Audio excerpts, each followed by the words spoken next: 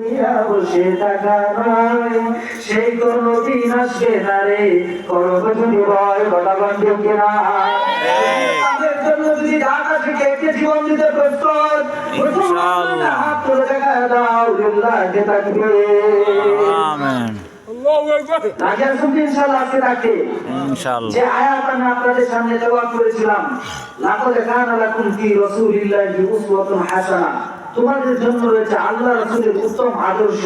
প্রিয় মুহতারাম হাজিরিন, রাসূলের আদর্শ কেমন ছিলেন, রাসূলের স্বভাবটা কেমন ছিলেন, তার মানুষের সাথে কথা বলার কেমন ধরন ছিলেন, আল্লাহ রাসূল সাল্লাল্লাহু আলাইহি ওয়াসাল্লামের জীবন কেমন ছিলেন, তার জিন্দেগি কেমন ছিলেন, আল্লাহ রাসূলকে কি আমি ফলো করতে পারলাম, হযরত ওমরকে কি আমি ফলো করতে পারলাম, সাহাবায়ে কেরামকে কি আমি ফলো করতে পারলাম, তাদেরকে আমি ফলো করতে পারলাম না।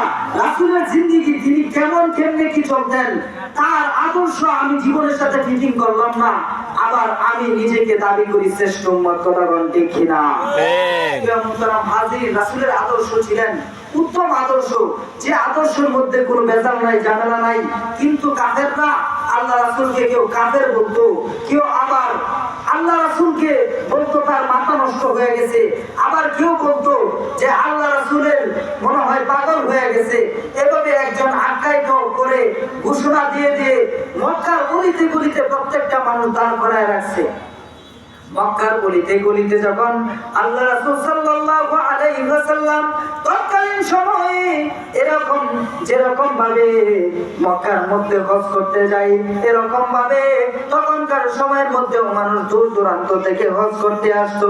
যখন হজ করতে আসতো, এই দিক দিয়ে বলতো যে এরকম একজন লোক নাম হচ্ছে মুহাম্মদ, তার কাছে যাইবা না, তার কাছে গেলে তুমি নিজেও পাগল হয়ে যাইবা।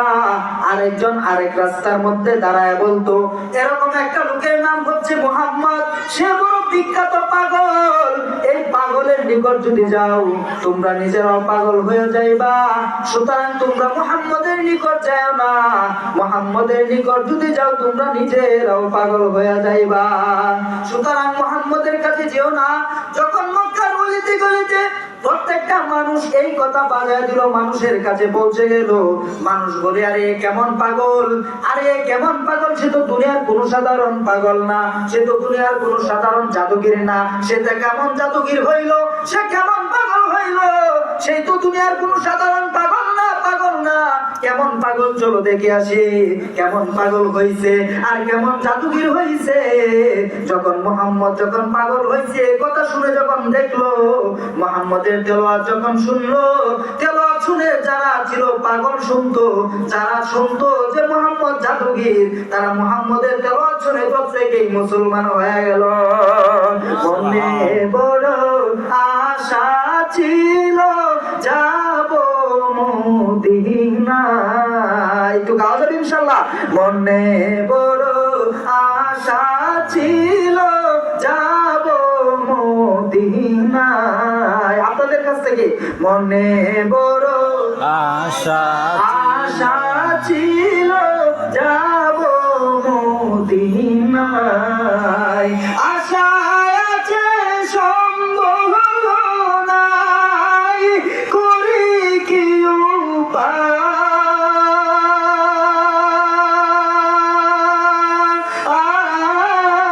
উপায়, মনে বড় আশা ছিল যাব মদিনায়। সে মুহাম্মদ কেমন ছিল? বাবা আদম আলাইহিস সালাম 150 জোড়া সন্তান, 300 সন্তানের সামনে সে মুহাম্মদের প্রশংসা করে আর বলে মুহাম্মদ এরকম ছিল, মুহাম্মদ এরকম ছিল, মুহাম্মদের গঠন এরকম হবে। অথচ মুহাম্মদ তখনকার আসে নাই। বাবা আদম আলাইহিস সালাম দুনিয়ার সর্বপ্রথম মানুষ। বাবা আদম আলাইহিস সালামের সন্তান ঈসা আলাইহিস সালাম ডাক দিয়া বলে আব্বা জান, মুহাম্মদ এখনো আসে নাই, যে মুহাম্মদ এখনো আসে নাই, দুনিয়াতে আসে নাই, যার নাম আমরা কখনো শুনি নাই। আপনি বাবা আদম হইলেন দুনিয়ার সর্বপ্রথম মানুষ, আপনি বাবা আদম হলেন দুনিয়ার সর্বপ্রথম মানুষ, আপনি নবী, আপনি নিজে নবী, আপনি নিজে সর্বপ্রথম মানুষ। মানুষ হইয়া আপনি নিজে নবী হইয়া সেই মুহাম্মদের প্রশংসা কেন করতেছেন? বাবা আদম ডাক দিয়া বলে, সন্তান শিশু আমার, সেই মুহাম্মদের কাহিনী আর সেই মুহাম্মদের আলোচনা কি তোমরা শুনতে চাওনি? সন্তান শিশু ডাক দিয়া বলে, বাবা সেই মুহাম্মদের কাহিনী কি আর মুহাম্মদের আলোচনা কি একটু বলে শোনান। বাবা আদম বলে, আমি যখন দুনিয়া জান্নাতের মধ্যে আসলাম, জান্নাতে আসার পরে আমি জান্নাতের মধ্যে সর্বপ্রথম আসলাম। জান্নাতে আসার পরে একটা ভুল করলাম, গন্ধম ফল খাইলাম, যেই ফল খাইতে নিষেধ করেছিলেন। এই ফল খাওয়ার সাথে সাথে আমি উলঙ্গ হয়ে গেলাম। কিন্তু সেই মুহাম্মদের উম্মত যত ভুলই করুক না কেন, যত গুনাহ করুক না কেন, কিন্তু যত গুনাহ করতে করতে যদি অন্তর কালা হয়ে যায়, পশ্চিম কালেও তার শরীর থেকে পোশাক খুলবে না। পোশাক কি আপনার ভুলে গেছে? কত গুনাহ করি আমি, কত গুনাহ করি আমরা, কত গুনাহ করি, কিন্তু আমার শরীর থেকে পোশাক খুলে নাই। আর তৎকালীন এই আদম আলাইহিস সালাম বলতেছে, আমি একটা গুনাহ করার সাথে সাথে আমার শরীর থেকে জান্নাতি পোশাক খুলে গেছে। কিন্তু সেই মুহাম্মদের উম্মত যত গুনাহ করুক না কেন, তার পশ্চিম কালেও শরীর থেকে পোশাক করবে না। কন্যা সুবহানাল্লাহ। শুধু তাই নয়, সেই মুহাম্মদ